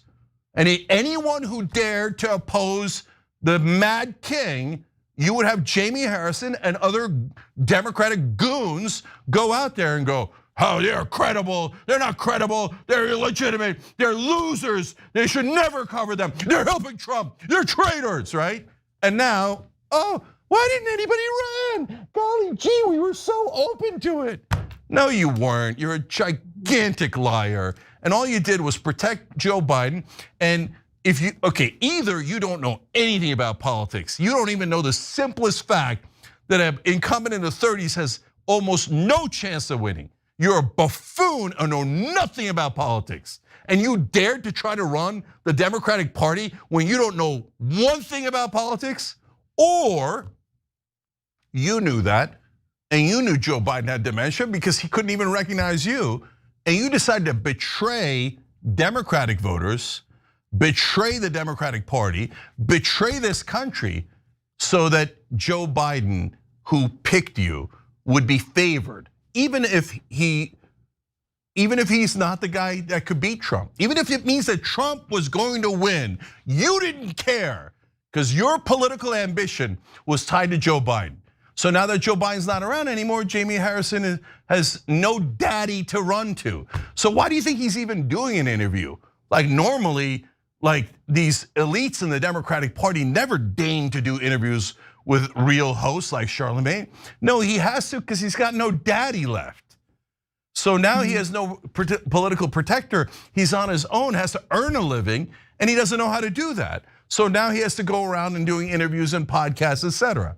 Come on our show, Jamie, see how it turns out for you. Of course, you'll never do that because by the way, if I'm the liar and you're the one telling the truth, come on here and call it out to my face. Bring receipts, show why you're right and I'm wrong. Of course he won't do that because he's a giant liar who totally betrayed the Democratic voters for his own political and personal benefit, protected the mad king that he knew couldn't run against Trump because it was all about Jamie Harrison's career and Joe Biden's career instead of actually what the voters wanted. Last thing he has for me is this guy comically says, I mean, yeah, the Democrats, they take corporate money, but it's not like they're not delivering for their voters. Oh, I mean, look, I don't know what's worse, if he's like rubbing it in our face and insulting our intelligence, or if he actually means it. It's like, I mean, come on. We passed a middling healthcare law created by the Heritage Foundation. What now, Jesus, 2009, that's 16 years ago. And then we gave Intel and a bunch of other chip manufacturers $50 billion in subsidies. What else do you want? And we negotiated drug prices on one drug, one out of tens of thousands. Oh, and you think just because we took corporate drug company money and we did this total fraud where we pretended to regulate them, but actually protected their monopoly, and we did that as they were drowning us in corporate cash? And you think we didn't help the voters, and you think that's not enough? How dare you vote Democrat, help my career, and I'm never gonna give you anything, but you have to bow down to me anyway because I'm a Democratic elite. Well, Jamie, good news for the rest of us, bad news for you. Those days are over, brother. So you can claim to be a political elite all you want and nobody cares. In fact, we kind of borderline despise you for it. Yeah, and they're starting. They were told to go on these podcasts, go on these shows. You have to reach the voters, and they are doing that, and it is really not working out very well for them, as we can already see. So it'll be interesting to see if they start to kind of pivot their approach that way, because these podcasters and the hosts of these online shows, they're not going to be as forgiving to these politicians as the people on CNN are, or MSNBC, or all these other corporate media outlets, and they're learning that very, very quickly. And yeah, as far as, oh, what was I supposed to do? Tell Joe Biden not to run? Nobody else was running. Okay, the Dems still can't even endorse Zoran Mamdani, even after he defeated two establishment Dem liberals in New York City. And also, like Kamala Harris, they literally picked Kamala Harris for us, right? His whole point about the DNC is not choosing who these candidates are. They literally picked Kamala Harris for us. There was no primary. They waited until after the primary, and then that's when Biden dropped out. However, whoever was in charge of that, that's what happened. And a lot of Democrats were like, it would have been nice if we got to primary somebody. But speaking of politicians who don't speak out until they're out of office, and these career politicians, that is one of the big problems with our current system of government, just the nature of two parties and the nature of electoral terms. Because once they're elected into office, their words become less valuable and less trustworthy because their words are now immediately tainted and paid for, or at least that's an assumption that we can all make. And AOC, when she first got elected into Congress, she actually said it. She said as soon as she got to DC, there were people banging on her door trying to give her money to say this or not to say this. And it was really, really hard to just say, no, I don't want it. And, that's the nature of our Congress, and it's very, very difficult because everybody says that they want authenticity, but what we're seeing, especially with this current cycle of Democrats going around on all these different shows, is that they are having a really hard time sticking to talking points whenever the hosts of the shows are not letting them veer off too far in one direction without saying, wait, go back here. I want clarification on this point. And they're unable to clarify without putting their feet in their mouths. Yeah, he does have foot and mouth syndrome. The problem with going on honest shows is that you have to be honest back. And when you're not honest, you get caught. And Jamie just got caught. Okay, we got to take a break. When we come back, inflation numbers are hurting Donald Trump. How badly are they hurting him? Pretty badly. So we'll show you that. And there's a lot more where that came from.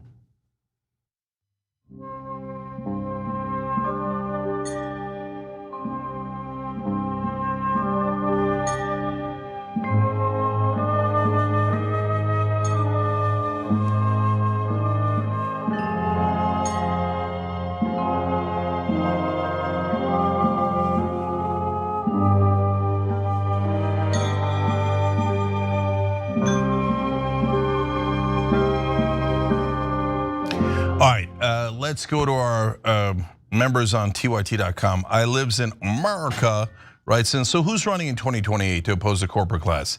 Or is it too early to tell? So a little too early to tell, but a guy who might run and who is clearly opposed to the corporate class and is now taking on AIPAC is Ro Khanna. So he's an interesting one to watch for. AIPAC has attacked him 5 times, I think, in the last week. Because he's sending around a letter to recognize Palestine as a state. That is actually US policy. And they're like, how dare you do US policy instead of Israeli policy? So if you see AIPAC that mad at someone, that means they're a really good person and clean and non-corrupted and actually work for this country. So AIPAC, thank you for the heads up that Ro apparently is a guy we should all be paying attention to. Jack Callahan says Harrison is a big reason why the Democrats lost. Yeah, totally incompetent and believed in protecting the ineffectual and protecting their all careers, and they're selfish in every way. And what did he do to help for a victory? Nothing. They don't know how to do politics at all. Boomer Dragon Cat says, wow, I almost felt sorry for Jamie Harrison. I'm getting soft. That's funny, Cat. Funkin' for Fun says, I'm way on the left, but I just can't claim the Dems anymore. Just can't. Because brother, you're not leaving them, they're leaving you. They keep prioritizing corporate money, AIPAC money, every kind of money over you. So we're all right here. We're on the left. We haven't moved. And the Democratic Party keeps getting more and more corrupt and then yelling at us. Why don't you enjoy our corruption? You should like our corruption, otherwise you support Trump. Are you insane? No, I don't like his corruption and I don't like your corruption. Can't do it. Virginia in South Carolina said, thank you TYT for all you guys do. These are dark times and the people there are the light. Thanks for saying that, Virginia. And every interaction I've had with you, you're the light. And our audience is amazing. We're gonna do Operation Joy for you guys tonight. Some comments started coming already, and I like it. I love it, actually. Mariachi Dragon says, wait, if they're gonna let them back into Gaza after they make it beautiful again, wouldn't it be much less expensive to move them into Israel until it's finished? Then they wouldn't have to search for them in the dungeons of other countries. Oh, wait. Mariachi Dragon, I love that idea. And so it shows their hypocrisy. I'm gonna say it online, I'm gonna say it on X, I'm gonna say it in a lot of places. Oh, we got a great place for 2 million Palestinians to move. If you want them to move and you're doing it for their own benefit, let's move them to Tel Aviv and Haifa. Oh no, you don't want them because you're racist and you're a liar. That's what I thought, Israeli government. Rural Dragon says, it's so incredibly hard to be a politically curious person in this day and age. The news is so awful, relentlessly so. It feels like nothing ever changes for the better anymore. I hear you, brother, but we're trying to change that. And we're among the few. Don Dada Dragon says, coming from a veteran We are trained to dehumanize the enemy so we can do our job no matter how violent. It's easy to kill a beast. Look at how Israel calls Muslims parasites. That's not a mindset you want safeguarding streets. So he's talking about how the military should not be in the US cities because then they're gonna try to treat us as the enemy.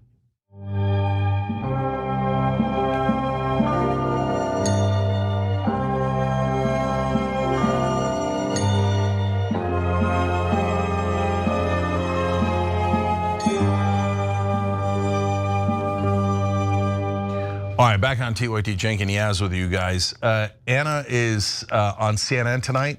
She's on at 10 o'clock Eastern. Make sure you're checking that out. That is going to be very interesting. She's on there with with Scott Jennings, Ben Shapiro, and Van Jones. So that's going to be bananas tonight. CNN, 10 o'clock Eastern. Make sure you're checking that out. And after the show for the members here, Operation Joy, where we try to bring in a little joy in the world. Actually, you guys do. It's usually people's favorite segment. Make sure you check it out. Hit the join button below on YouTube or tyt.com/join. All right, yes, what's next? All right, let's get into this next story. Look at this, new tariffs on imported goods. You go back to November of 2024, look, the popular position was favor. They favored new tariffs on imported goods, 52%, 48% opposed. You go to this side of the ledger, look at that, the opposition up like a rocket. We're talking about 60% opposing new tariffs compared to just 40% who favored. So it was majority favor back when Trump was reelected in November of 2024. Now it's a clear 3 in 5 Americans oppose it. The Americans have gotten a taste of the tariffs and they spit it right out. All right, Harry Enton over on CNN, he had some new stats for the American people. Right now, 60% of Americans are currently opposed to Trump's tariffs. And that's 60%, by the way, of Americans overall, not just Democrats or Republicans. Cenk, we've got more from Enton, but before we get to that, the economy isn't doing great right now, at least not as good as people had hoped it would have been after the first few months of Trump. So Republicans won in 2024 in large part because Americans did not like the inflation that they were seeing everywhere, at the grocery store, at the gas pump, in their pocketbooks, in their bank accounts. And Trump said that he would bring inflation down. He ran on that. People voted for him because the eggs were too expensive. He has not brought those costs down. He's made it worse.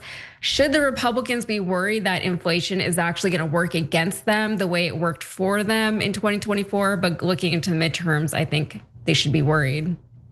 Yeah, they should be really worried. So this is Trump's albatross, and you're gonna see the numbers are actually not that bad yet, and still people are starting to get really aggravated. I'm gonna tell you 2 things that are gonna happen soon that are gonna make these numbers way worse. And the economy is the top issue, so he will have a ton of trouble recovering from this. And so will Republicans, especially in 2026. We're asking you guys, if you watch the show live, that's at 6 o'clock Eastern every day, every weekday. You get to participate in the show and be part of the show. So we're asking you, how worried are you about inflation? And I'm curious what your response is. Not at all, that's at 5%.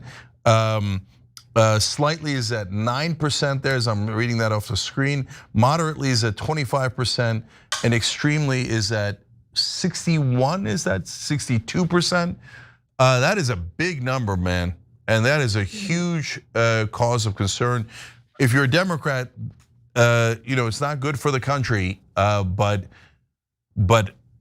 this is politically, a real problem for Trump and the Republicans. If you're a Republican, you're gonna wanna see what kind of calamity this is gonna cause for your party.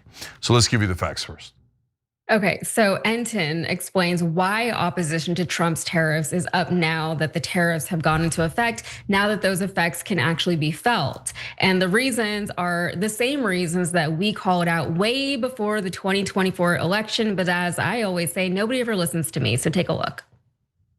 Why is the opposition up like a rocket? Well, it all comes down to money out of the pocketbook, right? Impact of tariffs on prices. Look at this in the short term. 77% of Americans now agree they raise prices in the short term. Look at this itty bitty number at the bottom. That's 1, 2, 3, 4. When you in fact can count it on your own hand, you know it's a small percentage. Just 4% of Americans believe that in the short term, tariffs decrease prices. Long term, look, this has long been the Donald Trump argument, right? That even if they're short term pain, in the long term will pay off. Not according to Americans. Impact of tariffs on prices, even over the long term, look at that. 50% say increase. Just 25%, just half the level, say decrease. And while 25% in this particular case is better than 4%, 25% is way less than 50% of Americans who say that, in fact, prices will increase over the long term because of tariffs. Okay, so those numbers don't look very good, but going back to what we were talking about earlier, what could all of this mean for Republican support and Trump support? Take a look.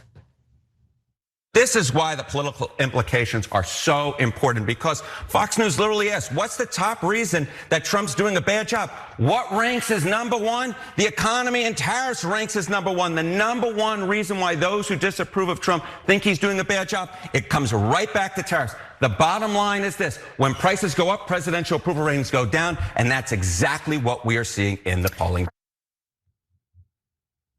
So after that segment, the host mused that Trump's increased ICE raids and the military takeovers of cities across the country could potentially be Trump's attempt to distract from the bad inflation numbers, because those numbers are so bad that it could be problematic for the Republicans. And it turns out that, yes, they are worried about the 2026 midterms, which we already kind of knew from their desperate attempts to gerrymander red states to make them even deeper red states. But Axios reported last month that the economic impacts from tariffs are no longer anecdotal, saying global tariffs are putting upward pressure on costs. US businesses are bearing the brunt, contrary to White House hopes that foreign suppliers would take some of the hit.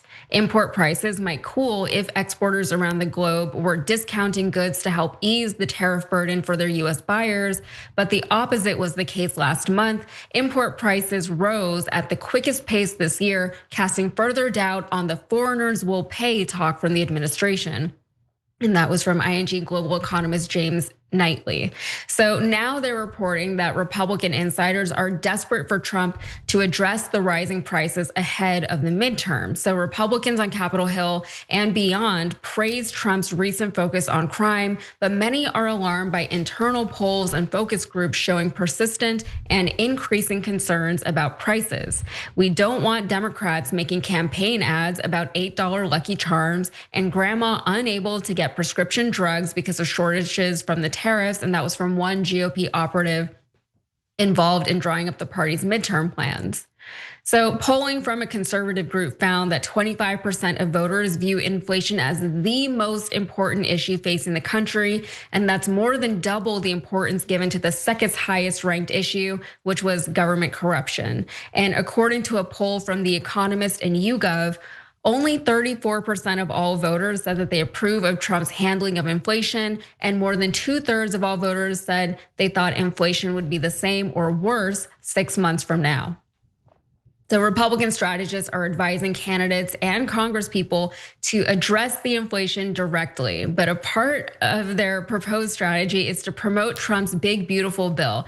Now, just a reminder to everyone, the big, beautiful bill has been found to be wildly unpopular in poll after poll, despite Trump's claim that it is actually very popular. It is so unpopular, in fact, that Republicans are even considering changing the bill's name just to confuse their own voters so that they think it's something good and not the big, beautiful bill.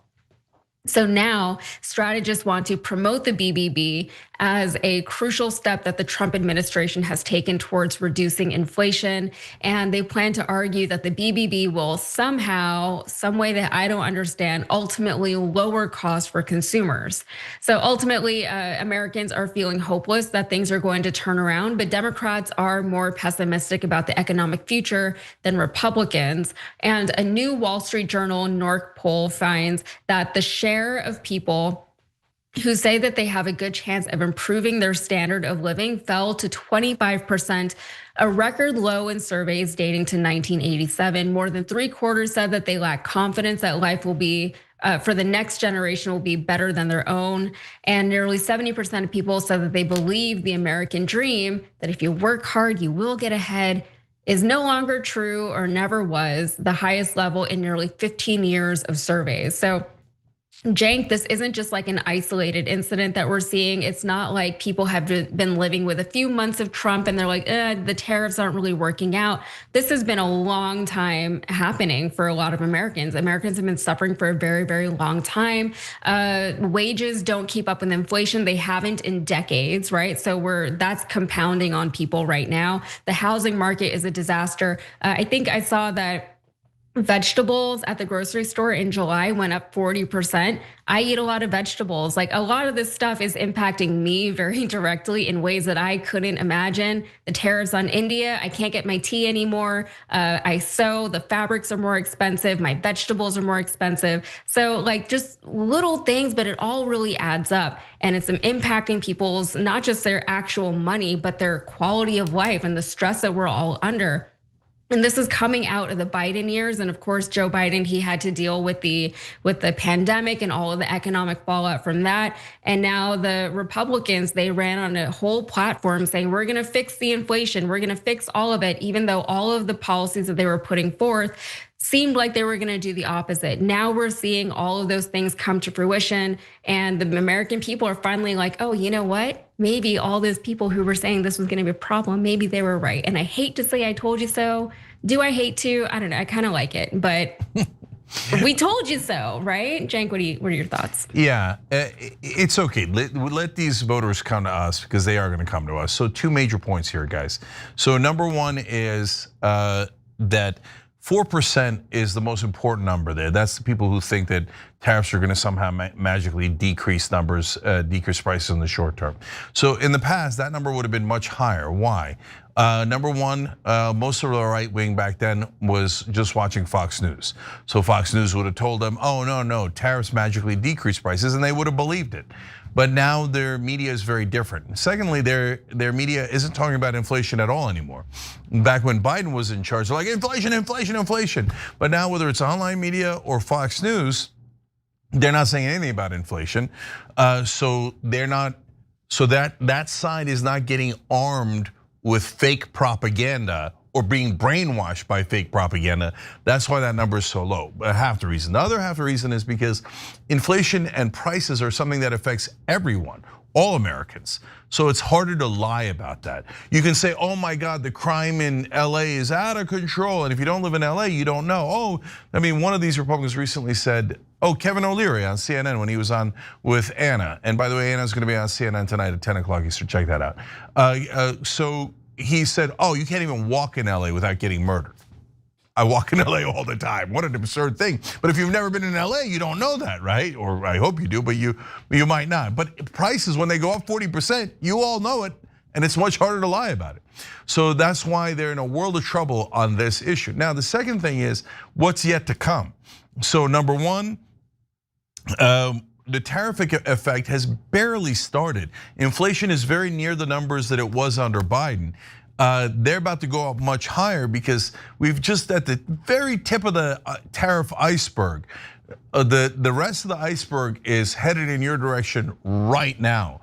That's why one of the Republican senators was like, we have to stop it right now, otherwise it's gonna get ahead of momentum. And by the time we get to 26, we won't even be able to reverse it.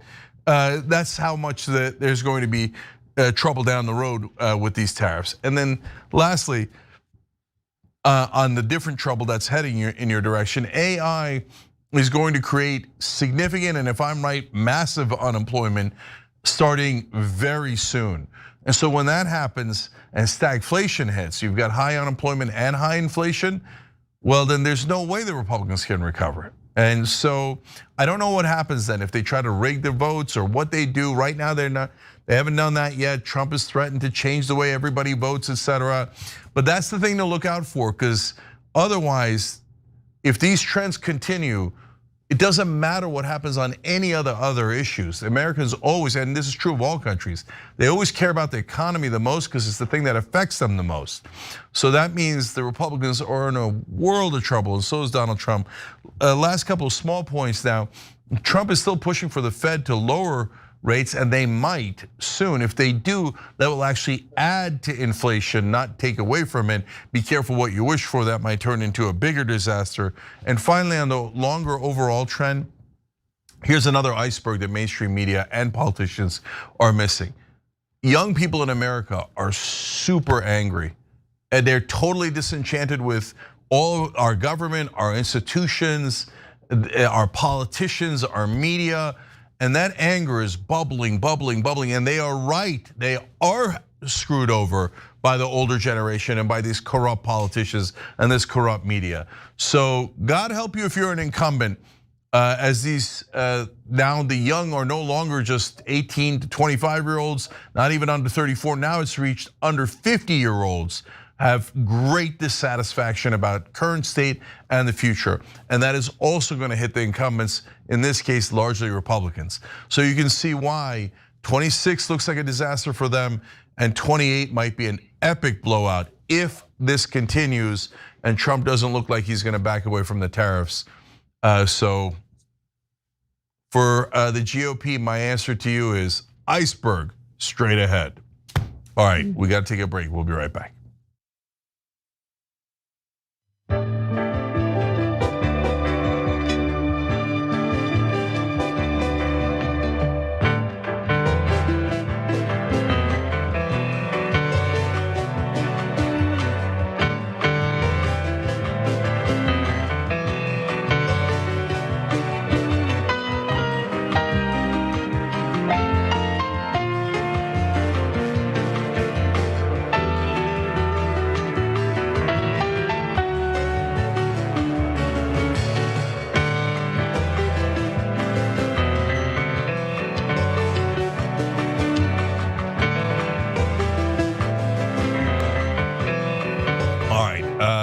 So don't forget to check out shoptyt.com, where we have the free Palestine collection, including shirts that show America Hearts Palestine, to show support to the Palestinian civilians.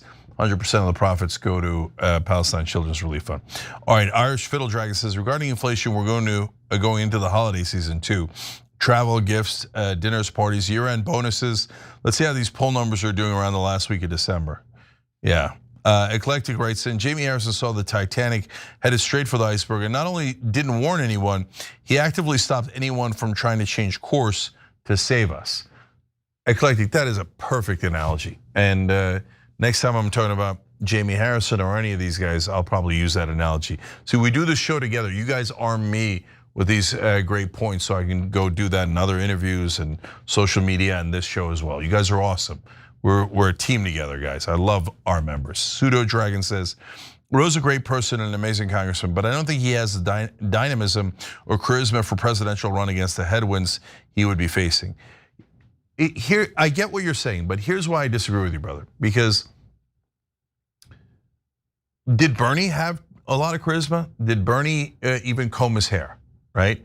So I remember covering 2016 and a lot of people made, and I get why, they made the same point. Hey, maybe it's Martin O'Malley. He has, he looks polished and he's got good charisma and he rolls up his sleeves really well, right? And Bernie, who the hell's Bernie, right? And he's like a cranky old man, that'll never work. But it did work, you know why? Because they sensed that he was honest. If people in mass sense that Roe is honest, just like they did with Bernie, then that changes the entire dynamic. So we'll see if that happens, but that's among the ways that I'm thinking about it. Don't shoot on the goalkeeper says, Anna about to hand Jennings and Shapiro their own asses on a silver platter. Now, looking forward to it, brother. Tonight, 10 o'clock Eastern on CNN. You won't see me promoting CNN that often, but when Anna's on, it's usually a show. Cyber Titan says, if an immigrant risks their life for this country, including public service like a firefighter, they should get put to the top of the list for naturalization. Well, I couldn't agree more with you, including the US military, but that is not how ICE is acting today. Drunk Mom 23 and Intro Nerded Dragon, thank you for joining us on Twitch. We appreciate you guys. Remember, if you have Amazon Prime, it takes about 30 seconds. It's super easy for you, costs you nothing, but we get the revenue from Jeff Bezos. So check it out at tyt.com/prime. Jodomo 52080 says, hey guys, I love your reporting. I'm new here and I want to say, how can one country have so many public enemy number ones? They're all politicians, it's unbelievable. Yeah, our politicians don't work for us, and that is the core of the problem in America. Micrograms writes in, Trump really wants to build a giant target with his name all over it on stolen land from an ethnically cleansed population. Not a great idea. Couldn't agree more with you on that. All right, we'll be right back, guys.